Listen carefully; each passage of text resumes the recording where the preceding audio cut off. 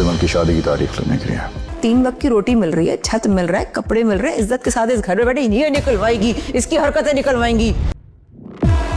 मैं सिर्फ उसका साथ इसलिए दे रही हूँ क्योंकि वो अकेली है, मजलूम है। मैंने अपनी जिंदगी से समझौता कर लिया। सोहा पता नहीं भाई कहाँ चले गए की फिक्र हो रही है। पहले मुझे फाहद की फिक्र थी, लेकिन अब भाई। अब डायरेक्ट शादी होगी। आज रात को मेहमान आ रहे हैं।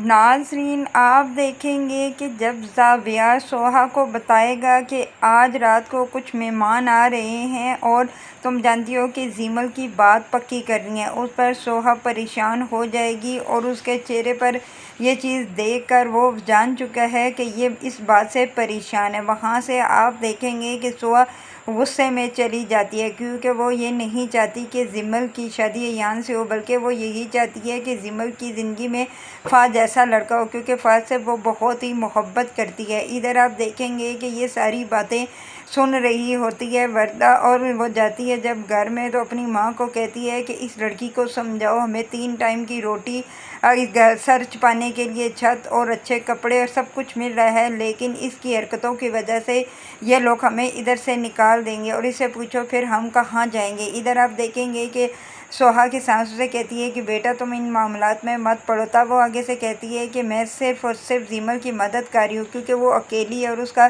साथ देने वाला कोई नहीं है, इसके अलावा मेरी और कोई गर्ज नहीं है। उस पर उसकी सास कहती है कि जो उसका भाई कर रहा है वो बेहतर कर रहा है। दूसरी तरफ आप ये भी देखेंगे कि ये सब लोग तो ज़ावियार को गलत समझ रहे हैं, लेकिन असल में होगा ये कि वो फ़ाद से उसका रिश्ता तय करने के लिए उसके माँ बाप को घर बुलाएगा, लेकिन इन दोनों को इसने बिल्कुल भी नहीं बताया होगा। इधर आप ये भी देखेंगे कि जब मिल के जिमल आती है फ़ाद से और उसे हर रिश्ता तोड़ कर आती है तो बहुत ही रोती है। इस पर आकर सोहा उसे समझाती है, तब वो कहती है कि नहीं, मैंने अपने आप को समझा लिया है और मैं अपने भाई के हुक्म के आगे बस सर झुकाए हुए हैं। इधर आप ये भी देखेंगे कि बहुत ही परेशान है, क्योंकि वो जिमल के सामने सिर्फ अपने आप को जिमल सिर्फ सोहा के सामने अपने आप को खुश महसूस कर रही है। इधर जब शाम होगी और जब मेहमानों का आने का टाइम हो जाएगा तो उधर उसे सोहा कहेगी कि तुम तैयार हो जाओ। तो इस पर जिमल खुशी से उससे पूछेगी कि मैं कौन से कपड़े पहनूं और कौन से नहीं पहनूं। तब वो उसे कहेगी कि क्या हो गया है, तुम्हें मुझे कुछ समझ नहीं